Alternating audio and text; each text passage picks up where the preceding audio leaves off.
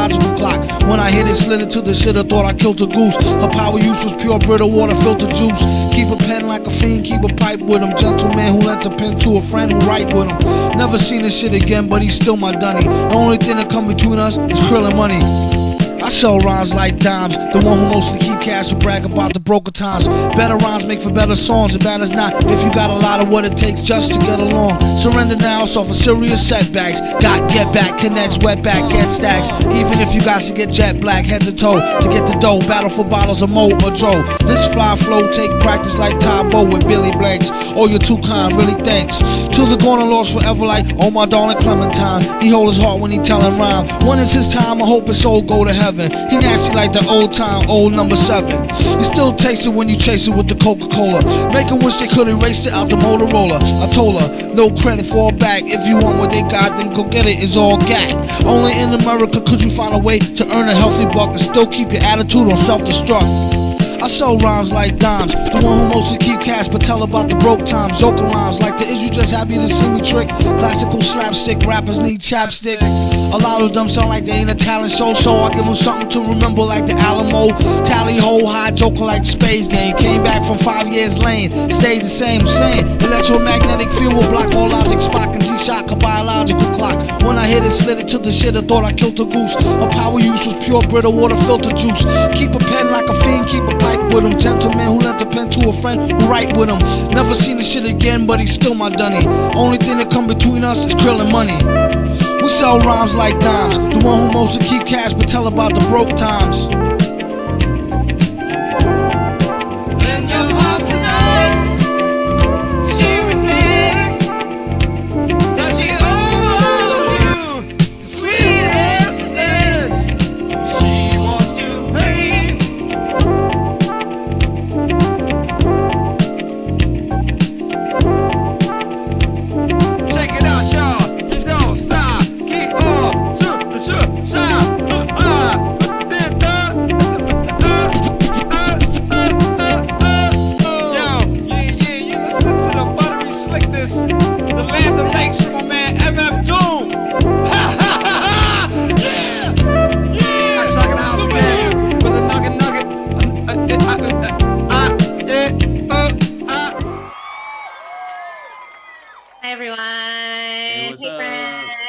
Welcome to Taylor and Edoy answer your questions as long as they are appropriate and not irritating. Be reasonable.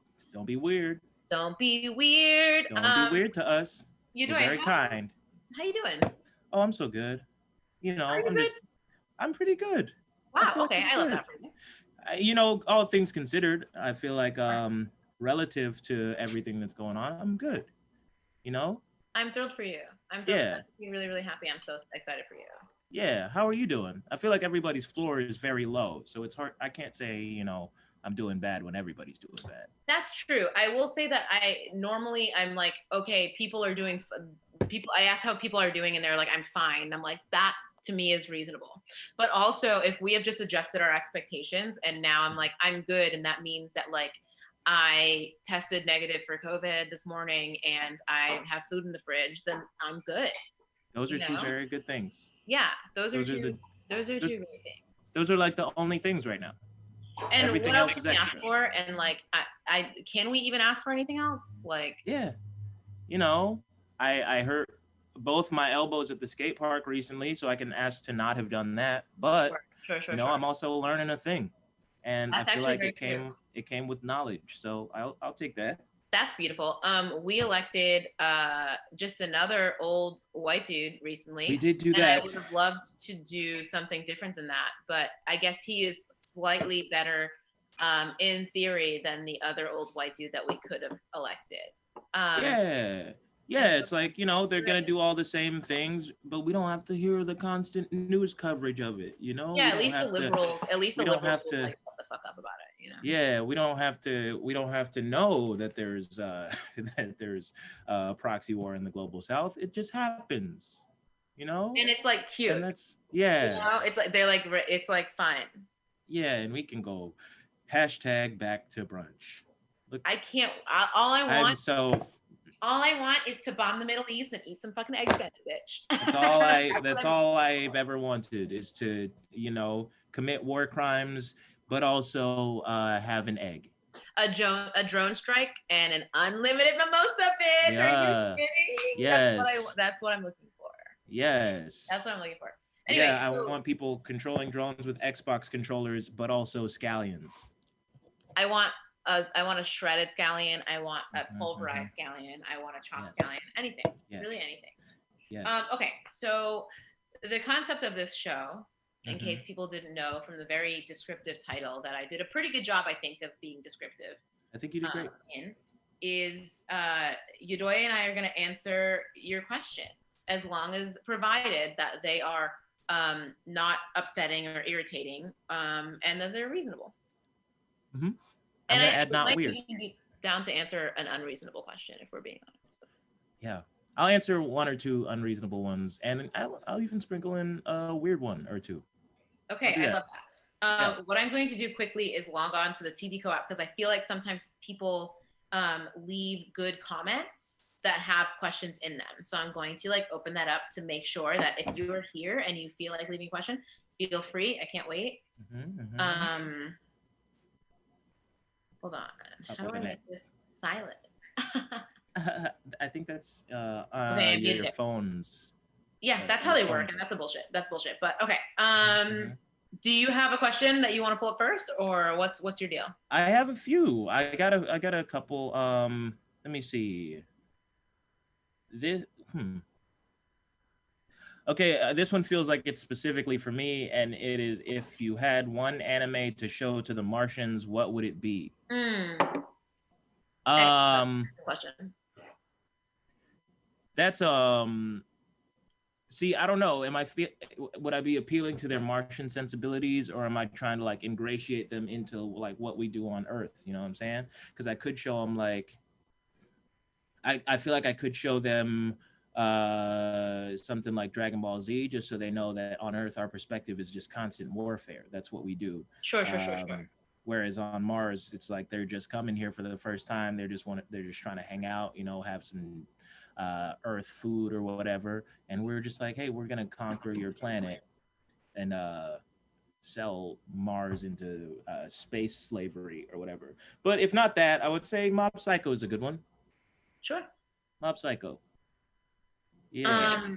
I bet space slavery is even worse. Yeah, it's just so expansive. That's what I'm saying. There's it's you're just in there for a long time, because where are you even going? Yeah, and it's and capitalism necessitates constant expansion, and if you can expand infinitely, how much worse could it get? That's really true. That's really true and beautiful. By a lot.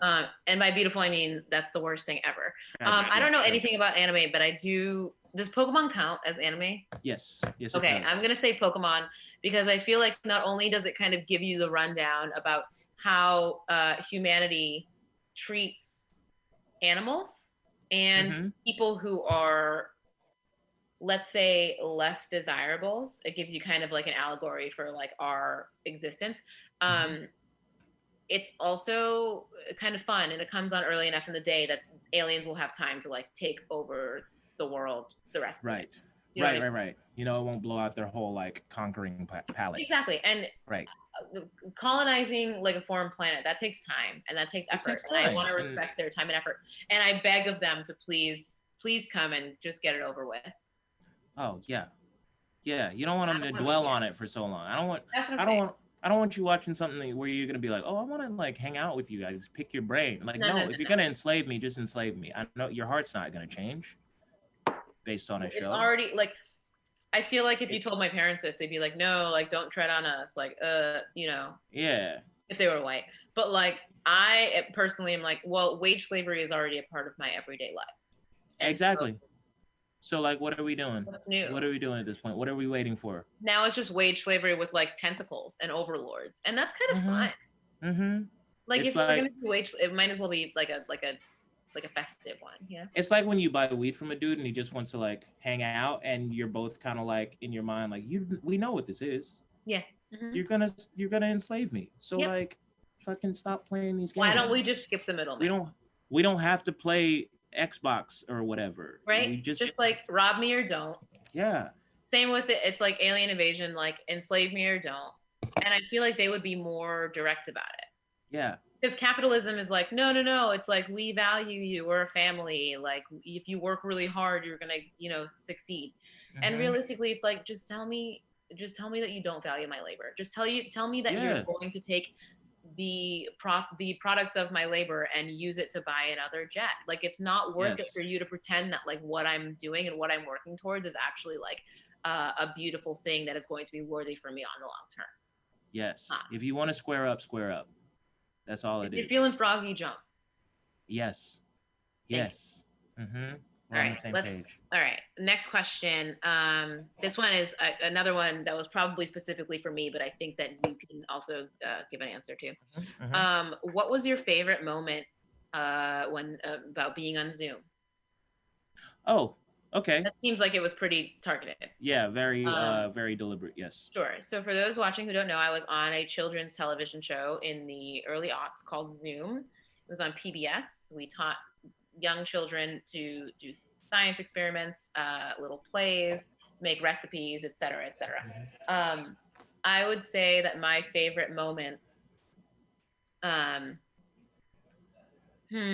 was when the check cleared. That was cool. That shit was cool. Not that shooting the whole summer wasn't fun, but it was like a job. I was there from like 8:00 in the morning until 4:30 in the afternoon. And that was like after an hour commute to Boston, an hour commute back from Boston, which I of course didn't do. My dad did that shit because I was 11 years old and I could not drive. Right. Right. But no, that was cool. And then also going to like promotions and meeting little kids who really looked up to me was also cool. That was really fun. This is like, I'm trying to be funny, but authentically there were a lot of cool things about that shit. Yeah. Yeah, it sounds very fun. Yeah, I will say the least cool thing is the fact that there were grown adults who were commenting on YouTube videos of the episodes of Zoom that I was on, being like, wow, she's really ugly.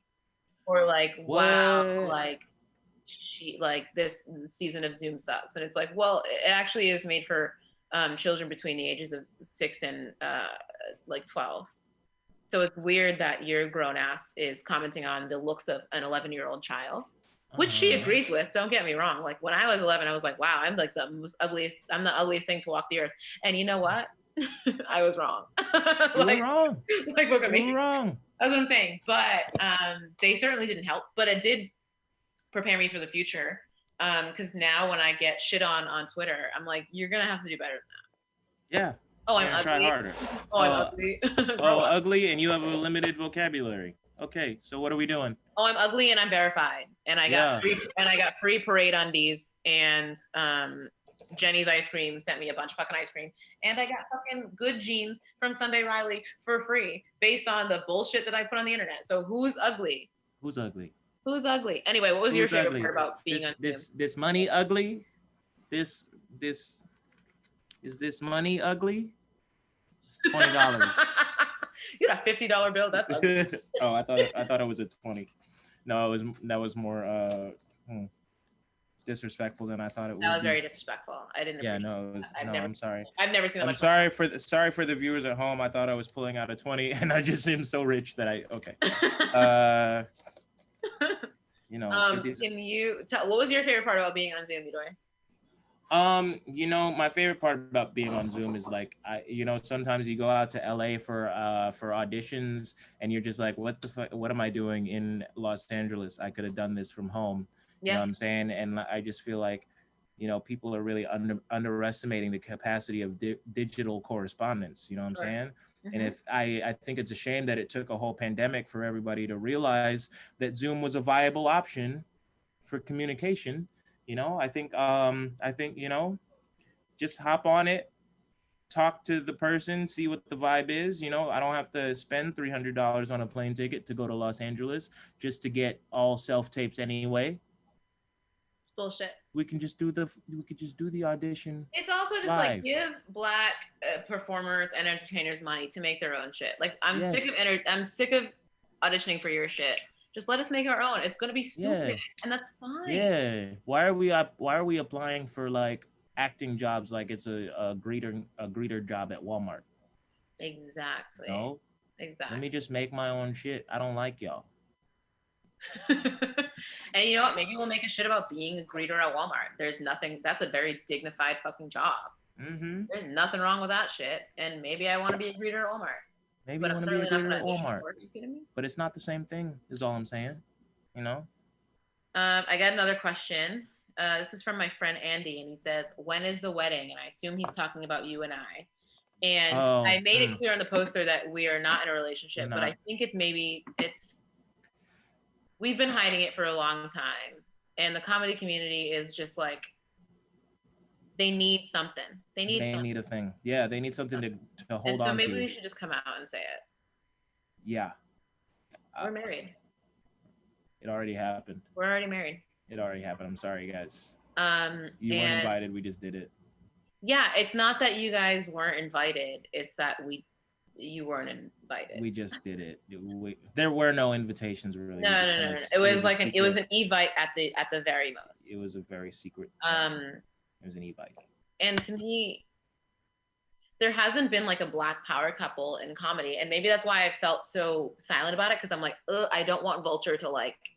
Yeah, I don't want to. I don't want that pressure on us. Exactly. Like, can we just be Black and in love and peace? Yeah, we don't need that weight on our shoulders. Simply don't. But yeah, here we are. What was your favorite part of our wedding, Jolie? It was like just the ceremony, and just like when the dancing line came in. You remember we had the like line of dancers? That part was just so beautiful. I thought it was just like a really just inspirational that you could do something like that so late in life. You could start learning something like that at 40. Exactly. 50 or 60 years old. No, that was really, really beautiful. I think when my dad came in and he brought, not to make it weird, he did bring a baby elephant, and he knows that it was always my dream. I love elephants. They're like my favorite animal. It was always my dream to have a baby elephant at my wedding, and he really pulled it off. And like, I know he's in debt because of it, and I'm sending him payments as the money comes in. But it was just such a sweet thing for your dad to do. No, I'm really sorry. I'm such a big sacrifice. I'm like gonna get emotional. Oh, baby. No, that was like. It was a big moment. It was a big moment. I mean, I just don't like who experiences that. Hey, look, like, don't push it down. Just let it out. You gotta face those emotions. I love my dad, and I love that your dad was like there and like. Yeah, and I thought it was really beautiful that my dad rode in on the back of the baby elephant. Yeah, like did the baby elephant look stressed? Yeah. Yeah, the baby elephant was going through a lot. It was paraded around a wedding. But it was so cute. It was a very sweet moment. It was a sweet moment. Okay, we have to move on because I'm gonna lose it. You got another question?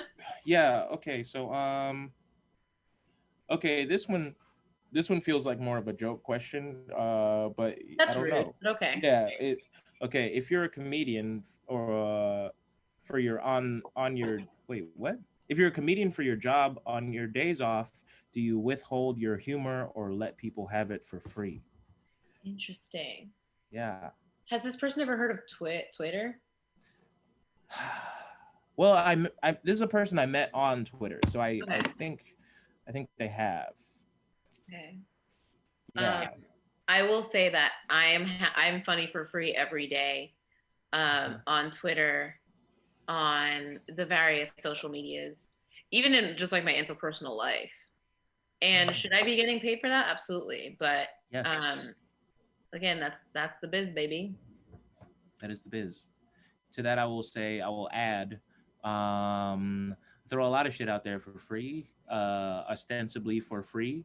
But, we live in this system where you kind of expect repayment for everything. So hopefully somewhere down the line, that's going to pay dividends. Who knows? Whether it's going to be a Arby's commercial or a Subway commercial. We have the meat.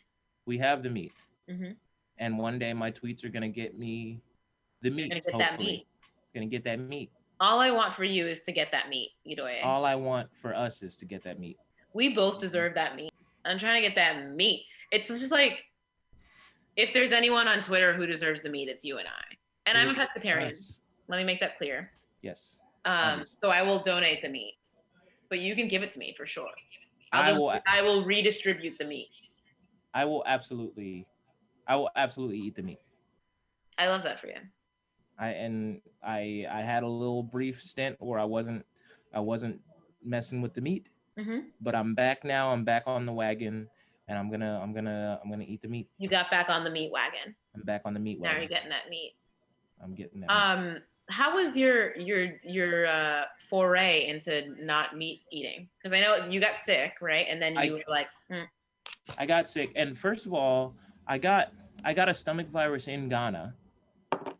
Because I ate some beach meat. Sometimes you just do that. You eat some beach meat. You eat some meat on the beach. You're on the beach and you eat some meat. Normal thing. And I noticed people got way more concerned when I added that it happened in Ghana. I would say like, hey, I stopped eating meat because I got sick in Ghana. I got sick. Well, I would say I got sick. Okay. And I'd be like, oh, I'm sorry. That sucks. And then I would say, yeah, I got a stomach virus in Ghana. And they're like, oh my God. How are you still with us? Did you have y'all been to the Midwest? You've been to like have y'all been to upstate New York? Have y'all been to the South? You've been to like have y'all been to any restaurant where they don't wash their hands? Been to New Orleans? Been to New Orleans? Had the food that's by all the rats? I just don't you stressing over some beach meat. I just think that I will say that, and this is maybe a little fucked up of me, I didn't know that there were beaches in Ghana. I'm learning. To me, there are beaches in Ghana. To me, that just motivates me to want to go to Ghana. Because I don't eat meat anyway. So like beach meat, not concerned about it. Not a thing. But like,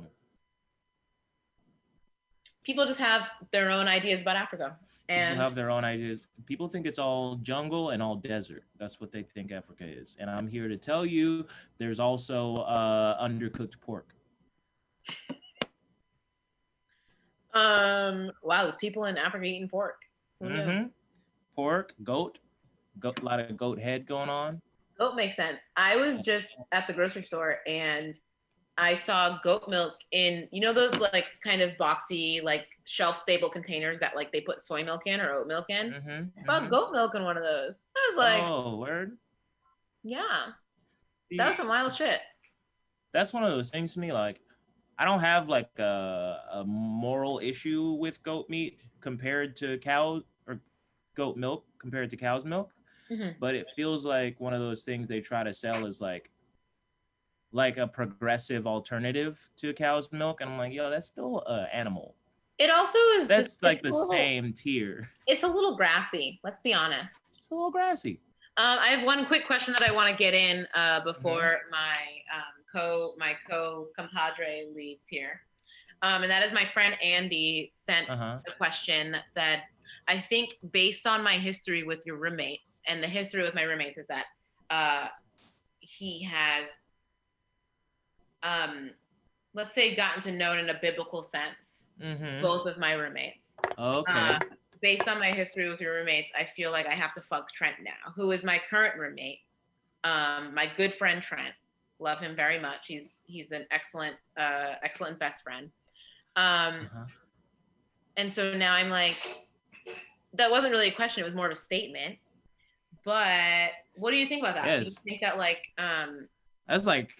that was more like planting a flag in the ground. That was like a threat. Sure, and you know what? I do not feel any type of, I don't feel the threat. I don't feel any type of way. I think that anybody should do whatever they want with whoever they want. And if that's with my best friend who I live with, and we sleep in the same room, then that's fine. That's their prerogative. And I will, Trent, we'll talk about that if you want. And I'll text Andy and we'll figure that out. Just get that phone number. For sure. I will send it over. I get another one that said, and this is personal to me, but I also think that you can relate because you went to a PWI, as I recall.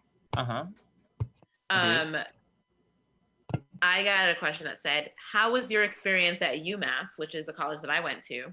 Been curious to ask alumni looking back. Okay. For context, did not go to UMass. I went to Emory University. And this was after going to a predominantly white high school in Birmingham, Alabama. So at that point, I feel like I was kind of used to weird, very white behavior. Sure. But I feel like overall, more in retrospect than anything, I'm kind of like, yo, I didn't learn shit about Black people stuff. Yeah. Okay. They didn't prioritize any of that. It's actually very so Emory's in Atlanta, isn't it? Or outside of Atlanta? It is in Atlanta, yeah. So that's crazy that they wouldn't teach Black people shit, because Atlanta is, as far as I'm concerned, it's a chocolate city. Well, it's in North Atlanta. Okay, so that's a little different. Which is like a very waspy / Jewish part of Atlanta. Okay. So just ultimately very white. Okay. It's the part of Atlanta where they're like, we don't want to extend the subways because we don't want to bring poor people can get here. We don't want to bring crime into our neighborhoods. Crime in big quotation marks. So yeah, it was that type of situation. That's wild. Did you as a whole, love you, bye. Did you as a whole have like a good experience going to that school, or is there anything you wish you could change, or? I kind of my my first 2 years I was at a different campus, which was in Covington, Georgia, where they did have a Confederate graveyard on campus, but I was also kind of like, these motherfuckers dead. So like they dead and they lost. They're dead as fuck. Yeah. But then by the time I got to my like junior and senior year, I decided I want to do stand up. So I was kind of like, I don't give a fuck about school at this point. I'm just doing comedy every night. So I wasn't thinking about it really. You know? Okay, I wish I had that. So my like at UMass, it was like it was a state school, and I went because I applied to the state school as my backup school because I knew I would get in because I had excellent grades and good extracurriculars, yada yada. But then it turns out all the private schools that I got into didn't really offer me any financial aid, or didn't offer me enough financial aid to the point where I wouldn't have to be like deeply, deeply in debt as an adult. And so my parents were like, listen, you could go to this school and be 90 grand in debt, or you can go to this state school and still be in debt because we're poor, but like you can be less, there's another side of this debt. And so I decided I chose the latter. And I went to the state school, and I don't regret it. And I had a great time, and my education was brilliant because I went to school in Massachusetts. But it was 4% Black out of 33,000 undergraduates. And so it was a little under 1,000 Black people, and they were mostly on the sports teams. So as like a Black woman who had no association with like the athletic teams, I was a minority in the extreme minority. I was a double minority. Right. And I loved the education I got. I minored in Afro-Am studies, and all the professors that I met in that particular department really shaped my career. And there were redeeming parts of my experience there, but mostly it was like hearing white dudes be like, whoa, like brown nipples. And me being like, yeah, that's the color. That's the color of my nipples.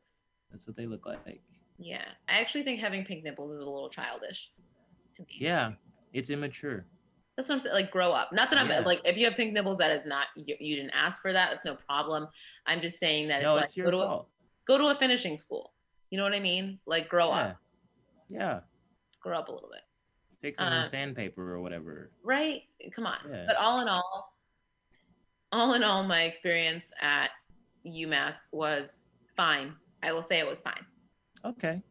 Yeah. Okay, that sounds about right. Sure. See, my school, or my high school especially, we read Frantz Fanon Okay. but never learned that he was black. And that's like the whole thing about him. That's insane.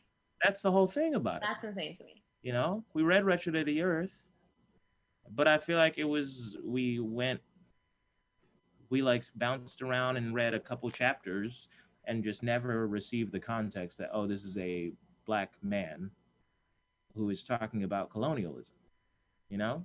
That's wild. Yeah. It's really amazing. Because that's really some like context. Yeah. You know what that's I mean? the context. That is the context. It's very impressive the way people's ability to leave out details selectively. Sure. And I'm not mad. I'm just like kind of astounded. You know what I mean? Like, and good for them. You got another question? I have several other questions. I got a couple too, so we can just go back and forth. It'll be beautiful. I can't wait. Okay. This is not a question. He just says, I like your hair. Okay. I like it too. It's looking good. Thank you. I like your hair. Your hair is always Thank you. Good. That's really sweet. Thank you. Okay. This one's a simple one. Coffee or tea? Tea. Coffee. Okay. I don't drink coffee. I never have. Never? No, it's because my mom is like a caffeine addict, like 4 or 5 cups of coffee a day, and I just didn't want to be like that. Also, I have ADHD diagnosed, so it doesn't help. Okay, I respect that. I'm just going purely off numbers. I feel like I like both, but I just drink coffee more. Sure, no problem with that. Yeah. Wait, okay. Can I share one? Yeah, go. I think it's your turn now. Okay, yeah. So I got one that said, "What is Charlie Puth's deal?" Charlie Puth. I don't know who that is. Charlie Puth. Charlie Choots. Charlie Choots. Troopy Loot. Charlie Stoops. Shirley. What is Shirley Temple's deal? What is Shirley Temple's deal? That's a good question. She has talking about animal crackers and shit. In her soup? Why are they in her soup? Why did she put them in her soup? I'm like, again. That's not the right type of cracker. Pink nipples should grow up. I agree. Shirley Temple should grow up and stop putting animal crackers in her soup. Yeah, I agree. Yeah. Okay, that answers that. Go right ahead. Okay. This one very explicitly says it's a question for me, but I feel like we can both answer this question. Mm-hmm. It's phrased weird. What is the name of the process done to your hair? Looks dope. Before you answer, can I ask a question? Yes. What color is the person who was asking that question?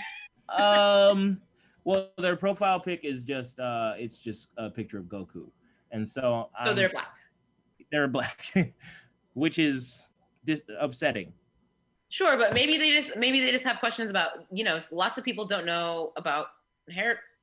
It's possible. Yeah. A lot of people don't know that that black people's hair just looks like be growing like that. It's just like out of your head, like this, like every other human on earth. But we can answer. Yeah, it's possible that maybe they saw what my hair looked like last week,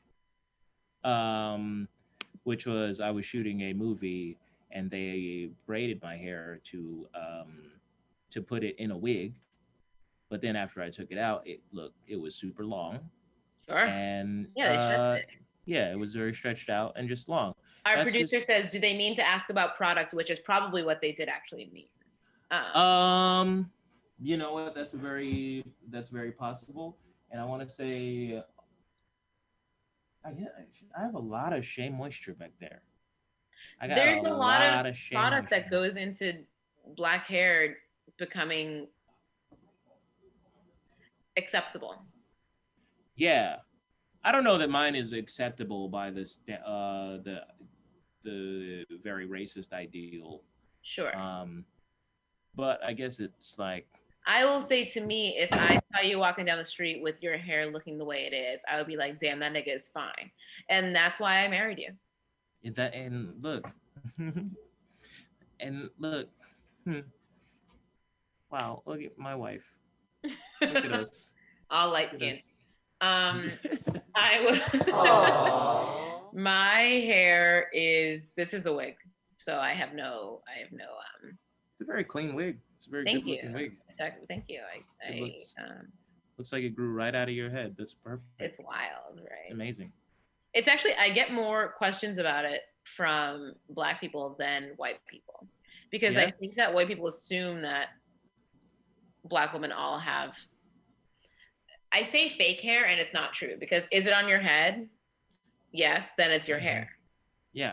I don't care where the fuck it came from. It's not fake. It's not your hair. It's, if it's on your head, then it's your hair, right? Yeah. So if you like, bought it, it belongs to you, so that's your hair. That's mine. I paid for it, you know? But I feel like Black women are confused because they're like, is that a weave? If so, why does it look so busted? Which I'm like, I get it. I get that. I get that. It could be better. I could lay the edges down and stuff. I just like don't fucking care. And white women just assume that it's like a weave or a wig or something. But when I wear my hair natural, I get a lot of people trying to touch, you know? Yeah. And I'm just like, first of all, I don't even know what to do with my hair. So please don't put your fingers in it, because now I have this whole other like axis.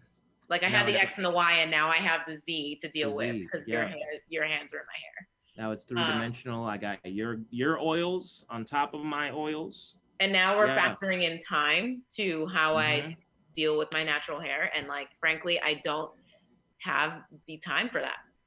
I don't have the Y axis. I don't have the Z axis for that. But I will say you gotta drink a lot of water, and don't wash your hair that much. People be washing their hair all the time. You don't need to every day. Some people, I don't know. Don't wash your hair. Let it get a little dirty. Don't do. If you got curly hair, even from like a even a 2C, a 2C beyond, if your hair is that curly, it's gonna take a long time for the oils to get from the root to the tip. Exactly. So and I'm a 3C 4A, leaning 4A. And it's like, just let it get a little fucking greasy. It looks better. Yeah.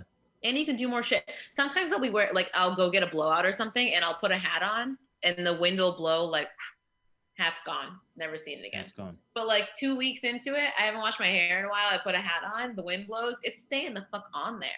Because there's some grip. There's something. Yes. Yeah. That's all you need.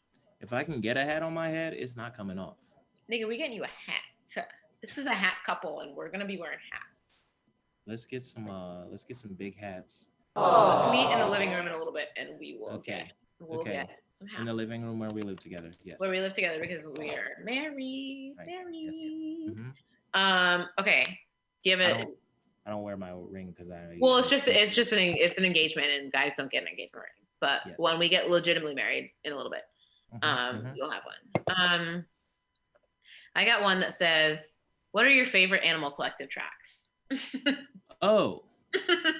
Can also answer this question. You can. Okay, we can both answer this question. You go first. Okay, so when I was in college, I used to I had a little Mustang convertible, and I would drive around blasting Brothers Sport when I drove people from campus to the airport. That's beautiful. Yeah. Can I tell you a quick thing, and then I will let you continue? Yes. Brother Sport is a beautiful ass song. It's one of my favorite songs off Merriweather Post Pavilion, and that album was it was made to like get them to the mainstream, and I don't hate them for that, even though they're my absolute favorite band of all time. That's why this person asked, because they know that. Yeah. But Brother it's Sport, still a very not mainstream album. Sure, but it was trying to tap in. They were like very poppy. It wasn't like strange, and like there wasn't a lot of like random noises and screaming like there were in their other albums. Right. Brother Sport is a beautiful song to me because it's specifically one of their singers singing to their brother about how they know that it's very sad that their dad died, but that they have to like get past it, and they have to like move forward from it. So it's specifically it's like not a love song romantically, but it's a love song from this guy to his brother about how they're so sad that their dad is dead, but they have to come together as brothers and move forward from it. And that is like so beautiful. It's so beautiful, and I love it. And I always heard the hook as because they go brothers. They say brother sport a bunch of times, but I always heard it as support your brother. That's exactly what they're freaking saying, That's sir. what they're saying. Support your brother. But literally, like, I know it sucks that daddy's done, but try to think of what you want. Like, that's the whole lyrics, is that your dad's dead, but we have to keep it moving. Yeah. That's beautiful. Yeah. And someone who loves their dad very, very much. No help to hold inside. Keep it real. Keep it real. Shout out. I mean, open your throat. Fucking let those emotions out, bro. Don't push that down. Don't push that shit down. Let it out. Shout out. You know what I'm saying? You're fully grown. You've got a real good shot. Yeah. Don't do well to hold inside. Keep it real. Keep it real. Shout out. That's a Bell Hooks bar. That is actually, wow. We should hit her up. Yeah. Let her know if somebody was saying this shit around the same time. Oh, absolutely. Absolutely. And they were saying it in all lowercase. And I respect it. Do you have other Anko hits that you're a fan of, or other hits? Big fan of I'm gonna be real. Meriwether is kind of like where I got in there.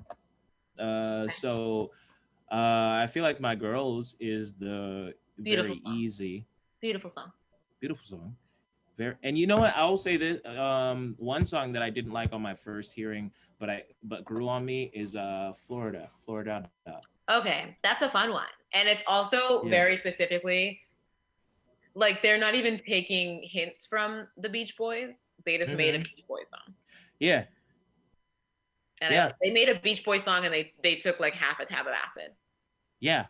And that's respectful, and it's also a good little lesson in moderation.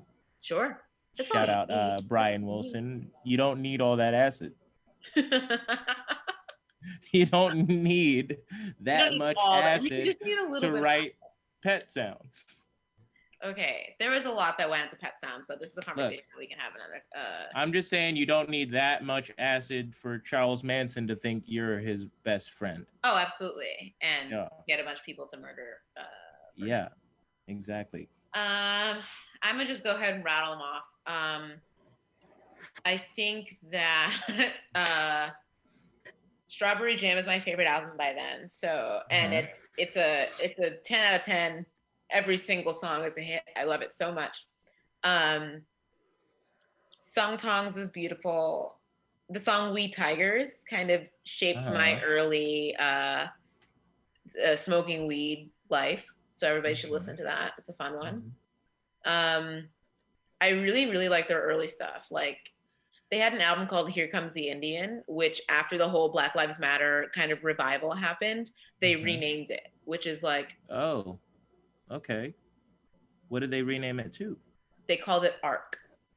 Oh, okay. It's Arc, which is fun. But also, I don't think the phrase "Here comes the Indian" is inherently offensive, but I do see why you would want to take the like. I do see how someone could interpret it like that. It's like you don't want any questions asked. Exactly. And there's the songs, the songs on the album, nothing to do with the title at all. But I'm glad that they changed it. That album came out in like 2001, and they like retroactively went back and changed it. That's cool. Yeah. But they made this album called Spirit They've Gone, Spirit They're Vanished. And there's a song called Chocolate Girl on it that is beautiful and delightful, and it's very like light and fun. And one time I was working at a cafe in Williamsburg, and AV Tear and Deacon came in, who were two members of Animal Collective. And of course, no one knew who the fuck they were, but I did because I was obsessed. And they came in, and AV Tear was looking for more avocado to put on his sandwich. And he told me, and I was like, listen, I'm gonna give it to you for free. No problem, no fucking problem. So I like put it, I was like, come over here. So I put it into a little container and I gave it to him. And I was like putting it into a little bag. And as I was doing it, I like forced him into a conversation. And I was like, listen, I'm a huge fucking fan. Love you so much. Also, I might have told a bunch of people in high school that you guys wrote Chocolate Girl about me. And he laughed and laughed. And I was like, this is how I know I could be a comedian. I made AV Tear laugh on something that's your origin story. That's my villain origin story. That is your That's how I became the Joker. That's how you become. Oh. Have you ever read Pedagogy of the Oppressed? I just finished Pedagogy of the Oppressed. Yes. That's so interesting. Okay. Yeah. What do you think? It's I think it's essential. I think everybody should read it if you're actually. Yeah, I think it's an important book to read if you want to like frame your perspective on education's role in I don't like the word revolution because I feel like people overuse it when they're talking about tweets. I feel like people have tried to like lots of people's revolution means like not going to lunch at a restaurant. Yes, exactly. Yeah, you're talking about boycotting, but I think it is like a very great framing device for just like revolutionary praxis, I will say. Sure. Just like the role of education, the role of actually being involved in the communities that you're trying to support and trying to represent. And on top of that, the notion that you as an individual are not supposed to represent communities, they're supposed to represent themselves. That part is particularly poignant and important to me. Yeah. It's it sort of guided me out of the notion of electoral politics as the end all be all of politics and change, like the way exactly. And just served as like I already knew this was the case, but I didn't have the words to articulate why Joe Biden is not gonna do shit for us. You know what I'm saying? And why Obama didn't do shit for us. My mom gets so mad at me when I talk shit about Obama. And I get it. Yeah. I get it. Like my mom was bused to school. My mom like went to segregated schools for a while when she was like a child. And my parents and grandparents are like very close to, were either in or like adjacent to the generations of people who were like experiencing the immediate effects of Jim Crow laws when they were still legal. And so, of course, the idea of a Black man being elected to the highest office in the United States blew their fucking minds and was like crazy to them. Yeah. And so I will never be mad at Black people who love Barack Obama or who I can't, especially old ones. But you see, I think it was an imperialist. Yeah, exactly. And my thing is, yes, exactly. The Monroe Doctrine is very much alive and well. And I can't be mad at an older Black person for supporting Obama or thinking he was good, but I think anybody whose views on him are a little shaky, maybe just think about the fact that he represents more than he actually did. Sure. He represents the period of time we were at where we were like, yeah, we're ready for a Black president. We definitely were not, based on what happened afterwards. But and to that end, sorry, go ahead. I think his election, like him being elected, represents more than what he actually did. Absolutely. And I think there's even a lot of negative to what he represents. Absolutely. Yeah. I was going to say, to that end, it's like, is it a big deal that we had a Black president? Yes. But like, was his election kind of like a Band-Aid, a mollification for like white liberals who are really just like moderates and who in the grand scheme of like progressive developed countries are realistically like moderate right? Yeah, his election, like the fact that liberals elected a Black president was like, okay, now we can just be like devoid of responsibility for things that happen for the next like 15 years. And they thought that they could do it again with Hillary Clinton, and they fucking did it. They can't. And now we got a Black vice president based on nothing, and they think that means something, and it doesn't. And she put trans people in the wrong prison and put Black women in jail for their kids not going to school. Kamala's a cop. Kamala's a cop. Should we get back to comedy? I don't know. I think maybe it's time. We could also just talk about socialism for a long time. I actually am thrilled. I'm super down to do that. But I have another question. What is Yes. your favorite hour of the day? My favorite hour of the day? Mhm. I mean, it could be any hour from roughly 4 a.m. to noon because I'm still asleep. But I don't know. I feel like after 3, like 3 to 4, because I'm like awake. I'm fully awake, and I'm actually doing shit. I feel like I don't have the sleepies, and I don't have the about to go to sleeps. Sure. So that's when my day is peaking. So I I'm like that. fully up. Yeah. I think that my favorite hour of the day changes. And with daylight savings, it's like it takes a couple of weeks to figure out what my favorite hour of the day is now. But I think I've gotten it. Yeah. And it's like between 12 p.m. and 2 p.m. Because I'm like, Okay. wow, I still have lots of day before me that I can get shit done in. However, it is going to get dark very, very soon, like within the next 2.5 hours.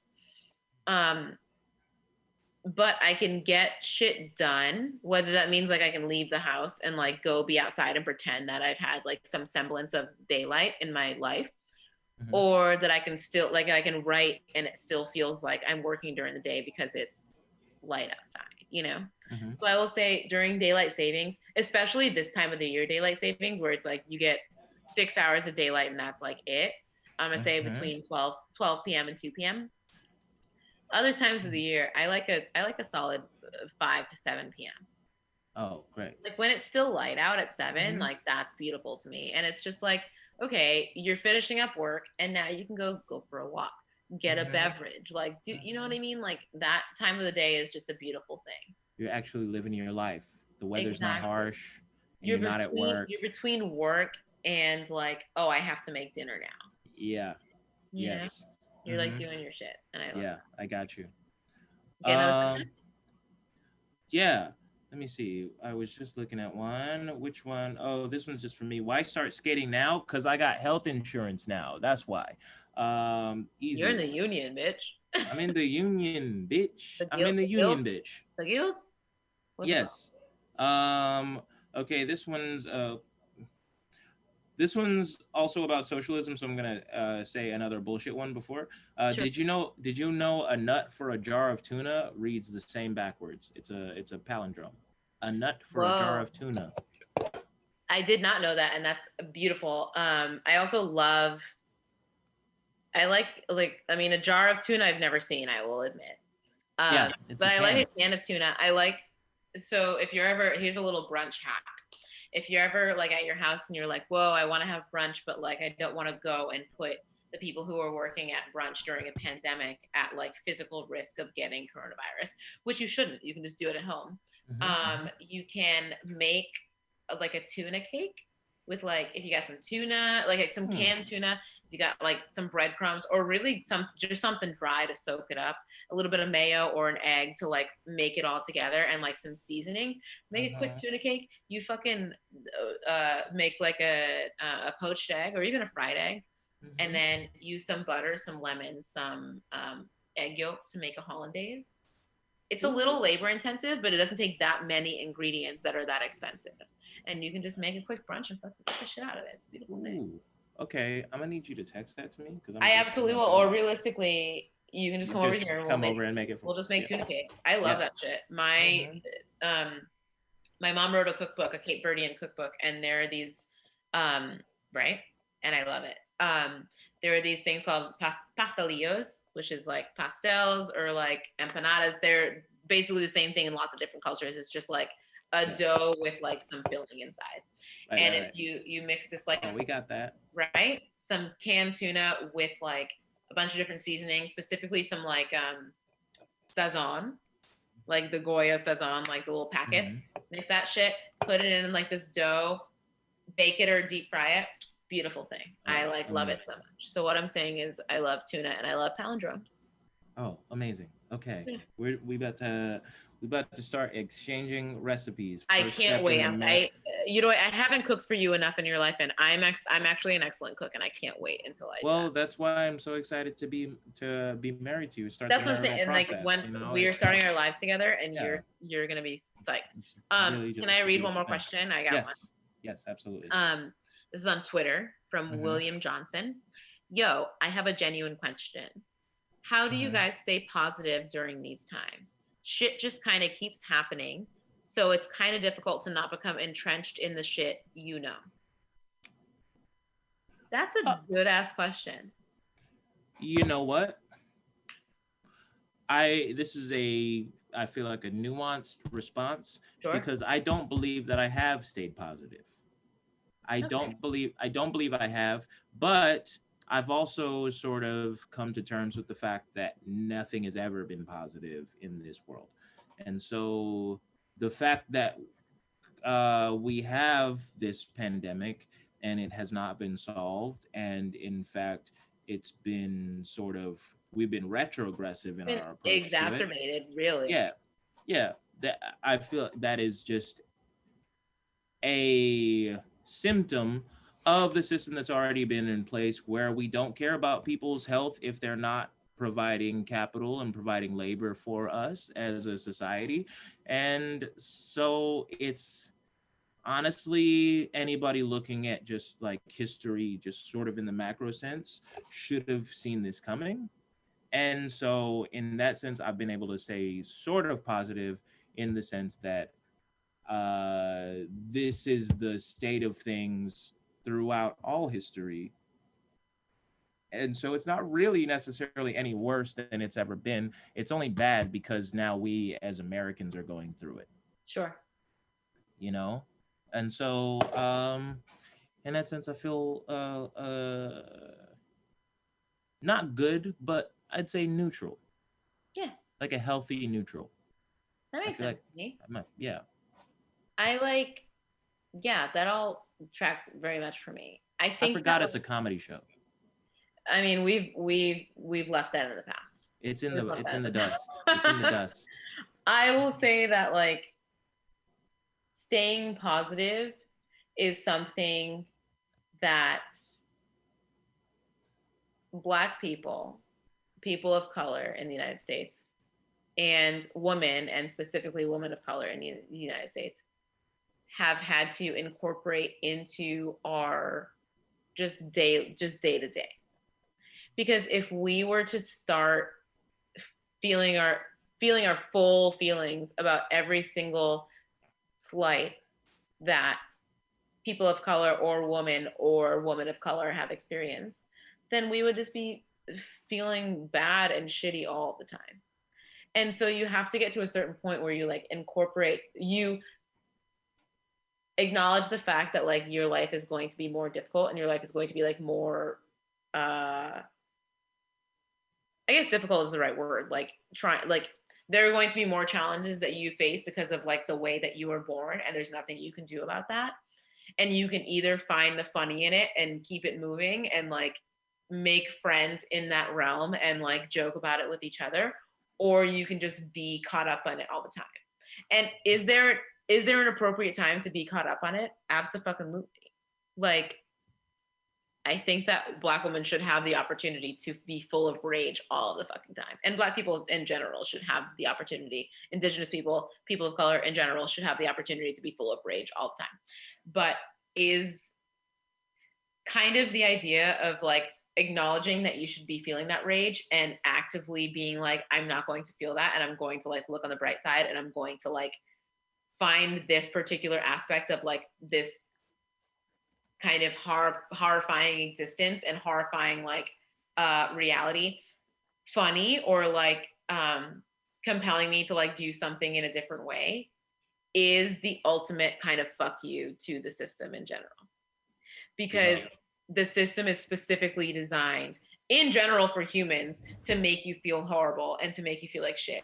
And to be a person of color, or to be a woman, or to be again a woman of color, it's like extra designed to feel like that. So if you can look at the system in the face that's designed to make you feel like shit and be like, like you have achieved a certain power over that. Yeah. And Being able to brush that shit off, just be like, right, one of like these. that's so powerful. Like this, like being yourself and being happy with yourself and like staying positive in an existence in like a society that is explicitly trying to do the opposite to you is huge and powerful and great and hilarious and difficult and oppressive and so hard. But if you do it, it's like you are stronger than anyone. You know what I mean? Like if you can take all of these negatives and just if you can take the negatives and make them into a neutral, like you even said, like that takes an incredible amount of strength. Yeah. And we do it all. Yeah. Yeah. Anyway, it's a comedy show. Hey, so suck our dicks. It is so funny, dicks. Poop, poop, poop, poop. Cool. I guess we actually have to wrap it up kind of soon, but do you have any like fun questions we can maybe end on? I don't know. Let me see. Everybody asked me anime questions that are that's obviously sweet though. They for like me. you know who like your audience is. Yeah, they know what I talk about constantly, 24/7. Oh, this is a good one. Okay, if you had to stomp out one person without consequence on your part, who would it be?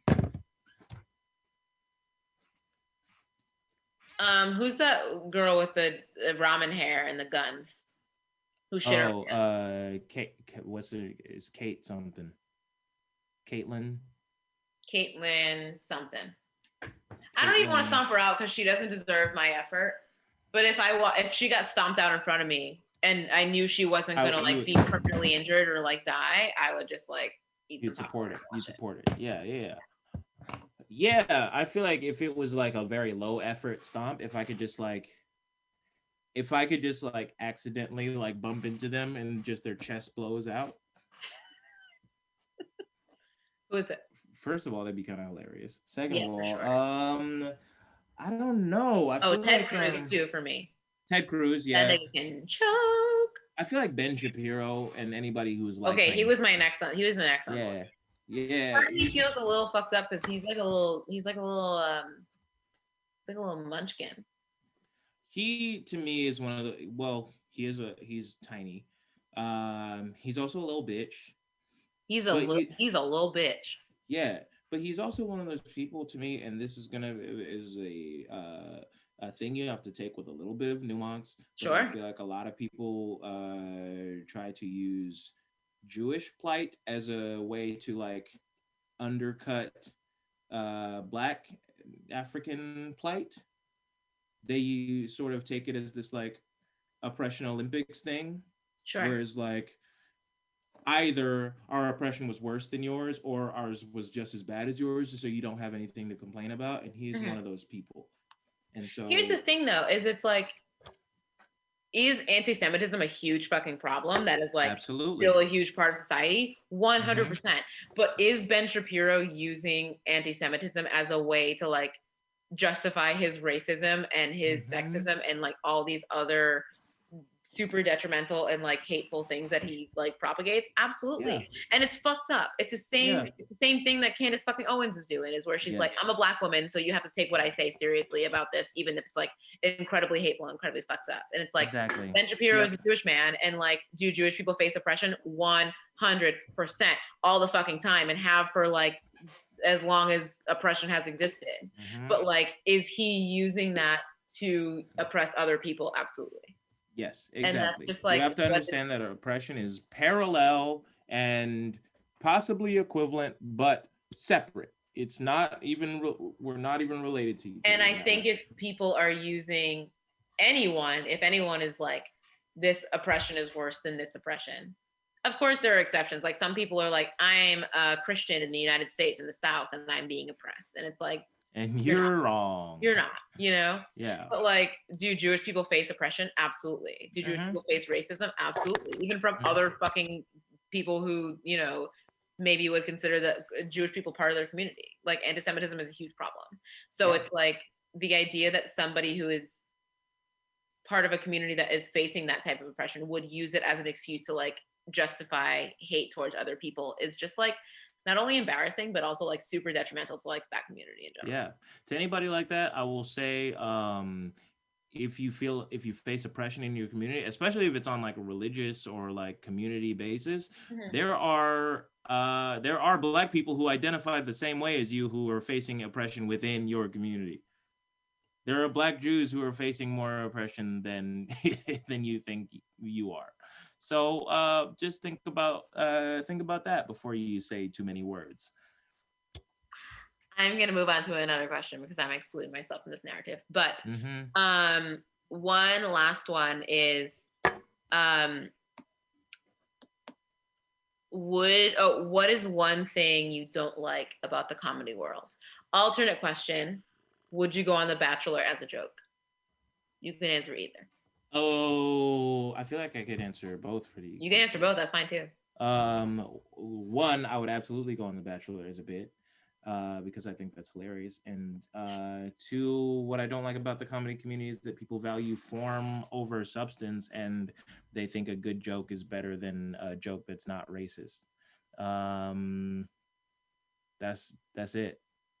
That's pretty. I will say that it is very rare that I hear a joke that is racist that is also good. Well, I say that because there are jokes that are like, as far as just structure, perfect.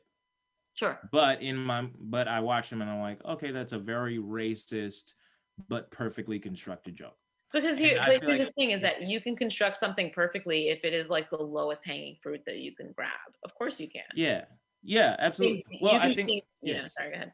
Well, I think and I say that because that's the part that people discard, I guess, is that like part of comedy is also knowing who to target and who it's safe to talk about.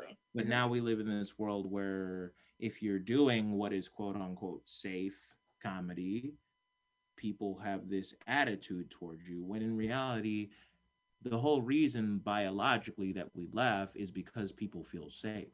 Sure. So like, you have to establish a rapport from yourself to the audience before you even get to that point where people can feel like hurt or offended by what you're saying and then like move on. Very true. People like are refusing to do that. Yeah. So I think there is a space where like you can say a joke that just on its own feels racist or homophobic or whatever, but you have that rapport established where it's like either you don't really mean that or there's a context where you're saying something greater than what you're actually saying. But now we live in a world where people are like, I'm just gonna say that part first because it's gonna get like the reaction. Exactly. And here's the thing, that's fucking lazy. It's lazy. Like I am of the mindset that you can make a joke about anything. Like you can joke about marginalized groups. I think it's incredibly lazy to joke about like a marginalized identity and have the joke be on that marginalized identity. Because like, okay, are we making a racist joke about Black people? Are we making a transphobic joke about trans people? Are we making a homophobic joke about homosexuals? It's like, you know who's done that? Fucking every hat comedian, and it's not funny. Yeah. Like if you're going, it's not funny and it's lazy. If you're going to make a joke about those kind of things, you need to at least do it in a way that is like new and confrontational and like exposing something, but like making a joke about somebody whose identity is the butt of a joke in general in society, grow up. The biggest problem in comedy that I have is like more than your shit being racist, homophobic, sexist, anything like that, your shit is boring. Yeah, it's all boring. I've heard every racist, homophobic joke that can be told. And like, just be creative. Could you become incredibly famous as like a white dude making jokes about Black people and going on like a huge tour? Sure. People have done it before. People are Lisa Lampanelli. It's like, just be better. You can do better than that. You can do better. It's funny to watch people quit because they can't do that. That's even sadder to me. That's why Lisa Lampanelli quit comedy. Okay, hilarious. One last question. What the heck are we even doing here? Oh, do you mean you and I, or just in general? The question just says, "What the heck are we even doing?" Okay, so that person is including themselves in the question, so it's general. So I'm gonna say, look, I don't know, we're fucking holding on to the handrails or armchairs or whatever, and just hoping shit is not the same forever. That's pretty much it. Sitting on the edge of our seats. I will say no one knows what we're doing here. None of us consented to being born. And so we're here. And the whole human existence is just being like, well, I didn't ask to be here, so I guess I'll just do my thing. And like, should I try to figure it out? Is that worth it? Or do I need to just like work and feed my family? Yeah. I don't know. That's Anyway, pretty much anyway, we have to get out of here. But yeah. thank you so much for being here. I appreciate you Yeah. answering your questions with Of me. This course. has been really fun. Yeah. I will see you in a little bit. Let me know what you want for dinner. I'll And let me know about the catering thing. I forwarded you the email from the caterers. Yeah, I'll take a look at that and just see if if we want like what the veggie option's gonna be. Sure. Yeah. Also, I CC'd you on the email with the florist.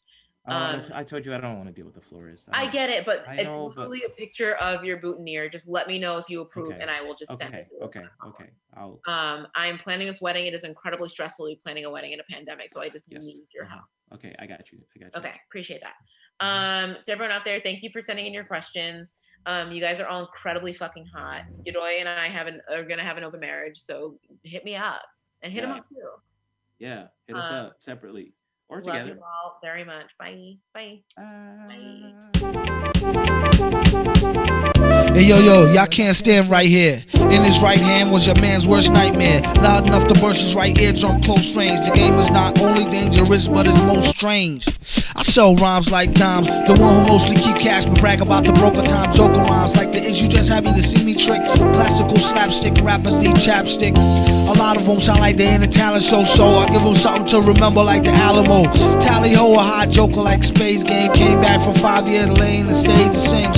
Electromagnetic field, it blocks all logic. Spock and G-Shock's a biological clock. When I hit it, slid it to the shitter, thought I killed a goose. Her power use was pure brittle water, filter juice. Keep a pen like a fiend, keep a pipe with him. Gentleman who lent a pen to a friend who write with him. Never seen this shit again, but he's still my dunny. The only thing that come between us is krill and money.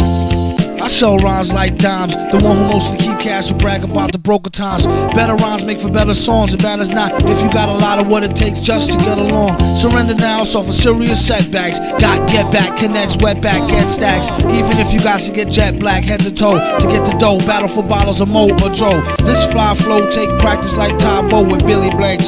Oh, you're too kind, really thanks. Till the corner lost forever like, oh my darling Clementine. He hold his heart when he tellin' rhyme. When is his time? I hope his soul go to heaven. He nasty like the old time, old number 7. You still taste it when you chase it with the Coca-Cola. Make 'em wish they could erase it out the Motorola. I told her, no credit, fall back. If you want what they got, then go get it, it's all gag. Only in America could you find a way to earn a healthy buck and still keep your attitude on self-destruct. I sell rhymes like dimes, the one who mostly keep cash but tell about the broke times. Joker rhymes like the is you just happy to see me trick. Classical slapstick, rappers need chapstick. A lot of them sound like they ain't a talent show, so I give them something to remember like the Alamo. Tally ho, high joker like Space Game. Came back from 5 years lane, stayed the same. Saying electromagnetic field will block all logic. Spock and G-Shock a biological clock. When I hit it, slid it to the shitter, thought I killed a goose. Her power use was pure brittle water, filter juice.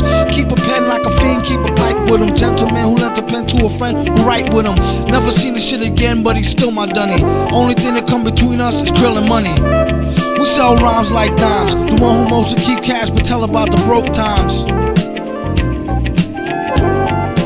In your arms tonight, she reflects that she owes you the sweetest dance. She wants to pay.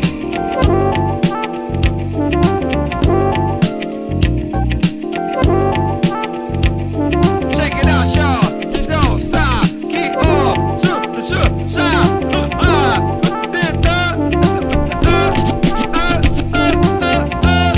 Yo, yeah, you listen to the buttery slickness.